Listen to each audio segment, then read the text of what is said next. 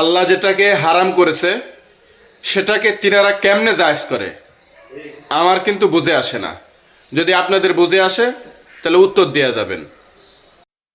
কোরআন শিক্ষা দিয়ে টাকা খাওয়া জায়েজ আছে কিনা, একটু সুন্দর করে প্রশ্নটা করতেন ভাই, এভাবে কইলেন ডাইরেক্ট টাকা খাওয়ান জায়েজ আছে কিনা। ভাই এক হাদিসে তো পরিষ্কার ভাবে এক সাহাবী কোরআন শিক্ষা দিয়ে কিছু গ্রহণ করছেন, নবী সাল্লাল্লাহু আলাইহি ওয়াসাল্লাম তাকে ভর্ৎসনা করেছেন।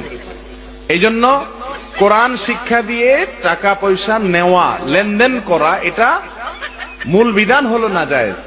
কিন্তু সারা পৃথিবীর ওলামায়ে মুতাআখিরিন সবাই একমত হয়েছেন যে দ্বীন শিক্ষা দেওয়ার জন্য যারা নিজেদের সময় ব্যয় করবে তাদের জন্য যদি পারিশ্রমিক নির্ধারণ করা না হয় তাহলে দ্বীন শিক্ষা দেওয়ার কোনো মানুষ পাওয়া যাবে না। আর তারাই বা কিভাবে চলবে?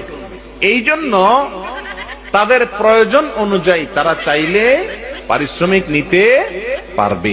এই ব্যাপারে কোনো আলেমের, পৃথিবীতে কোনো আলেমের কোনো দ্বিমত নাই।